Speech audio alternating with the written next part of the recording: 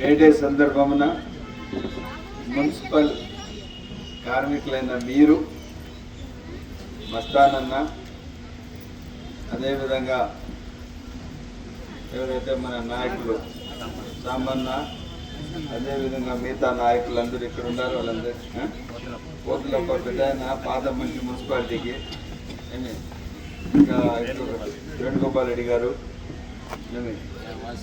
దేవా, సలీము,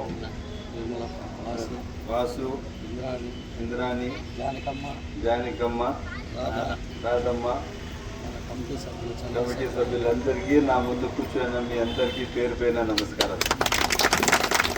ఈరోజు మదనపల్లి పట్టణం శుభ్రంగా ఉందంటే అది మీ వల్లనే ఉంది. ఈరోజు పట్టణం అన్ని విధాలుగా అభివృద్ధి జరుగుతూ ఉందంటే అది మీ వల్లే జరుగుతూ ఉంది. ఎక్కడ కూడా కానీ మీరు కష్టం, మీరు తెల్లవారి 5 గంటల నుంచి ఉండి పట్టణ శుభ్రత కోసం పనిచేసే మీరుకు ఏ ఒక్కరు మీకు సాటి లేరు. మీకు అందరికీ పేరు పేరున అభినందన తెలియజేస్తున్నాం.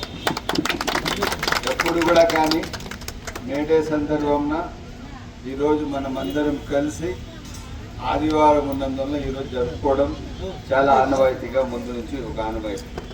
ఇదే కాకుండా మీ ఏ సమస్యలు ఉన్నా కూడా దయచేసి మీ అధ్యక్షుల ద్వారా నా దృష్టికి తీసుకుని వస్తే తప్పకుండా అది పరిష్కారం చేస్తాం.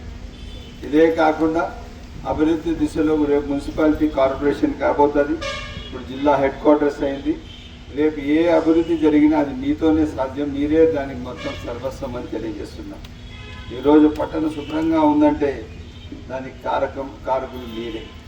ఇదే కాకుండా ఇంకా వేరే మీకు ఏమన్నా పిఎఫ్లు కానీ ఇష్యూస్ కానీ ఏమన్నా ఉంటే కూడా తప్పకుండా నా దృష్టికి తెస్తే తప్పకుండా నేను అధికారులతో మాట్లాడి పరిష్కరిస్తాను.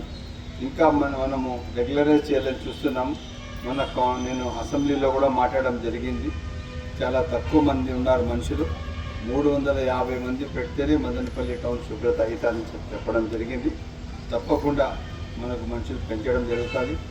ఉపాధికి మీకంతా రెగ్యులర్ ఎంప్లాయీస్ కింద కూడా తీసుకోవాలని చెప్పి నేను కోరడమైనది. తప్పకుండా మీకు న్యాయం చేసే దిశలో ముందుకు వెళ్తాము. ఇదే కాకుండా మస్తానన్న పాత మనిషి, ఎప్పుడు కూడా మీకోసం పనిచేస్తున్న సాంశివన్న ఎప్పుడు మీకోసం పోరాటం చేస్తూనే ఉంటాడు. ఆ విధంగా మీరందరూ ముందుకు నడుస్తున్నారు.